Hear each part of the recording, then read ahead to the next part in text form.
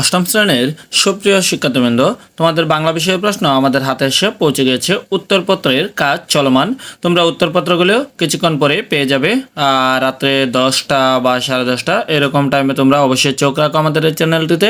আর উত্তরপত্র পাওয়ার জন্য চ্যানেলটি অবশ্যই সাবস্ক্রাইব করে পাশে আসা বেল আইকনটি বাজিয়ে দিবে উত্তরপত্রগুলো সবার আগে পাওয়ার জন্য।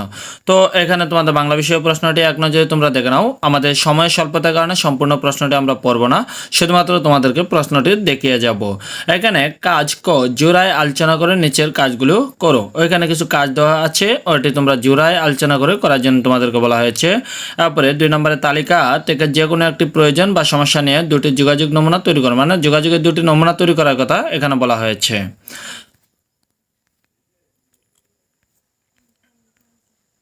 তারপরে কাজ খ, দেওয়াল পত্রিকায় দেওয়ার জন্য, মানে কি দেওয়াল পত্রিকায় দেওয়ার জন্য রচনা তৈরি করো। রচনাটি তৈরি করতে নিচের নির্দেশনা ও নমুনাগুলি অনুসরণ করো। কাজটি করতে হবে দলগত আলোচনার মাধ্যমে। প্রতি দলে 4 জন করে সদস্য থাকতে পারে। দলের সদস্যরা নিজেদের মধ্যে আলোচনা করে ঠিক করবে কে কোন ধরনের রচনা তৈরি করবে। তবে প্রতিটি দলে বিভিন্ন ধরনের রচনার নমুনা থাকতে হবে, মানে একই ধরনের হতে পারবে না, এই আর কি। রচনার কাঠামো ও বিষয়বস্তু নিয়ে এবং নতুন নতুন ধারণা নিয়ে আলোচনা করা যাবে।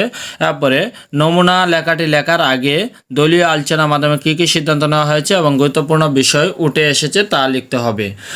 রচনায় নিজের সৃষ্টিশীলতা, পর্যবেক্ষণ ও দক্ষতার প্রতিফলন ঘটাতে হবে।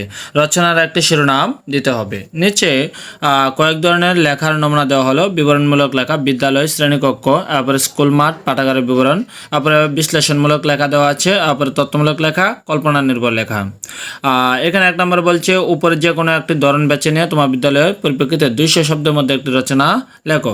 2 নম্বর বলছে রচনাটি লেখার পর এটি কেন বিবরণমূলক, বিশ্লেষণমূলক, তথ্যমূলক অথবা কল্পনা নির্ভর তার পিছনে যুক্তি দাও, মানে তুমি যেটা লিখবে ওটা কেন তা তুমি যুক্তি দাও।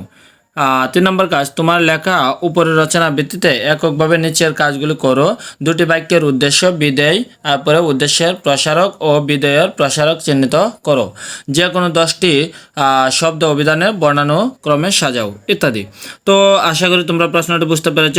প্রশ্নটি আবার দেখে নাও এবং তোমরা চ্যানেলটি সাবস্ক্রাইব করে অবশ্যই পাশে থাকো উত্তরপত্র পাওয়ার জন্য। আল্লাহ হাফেজ। উত্তরপত্র রেডি করে নিয়ে আসছি। সে পর্যন্ত সুস্থ থাকো সবাই, ধৈর্য ধরে।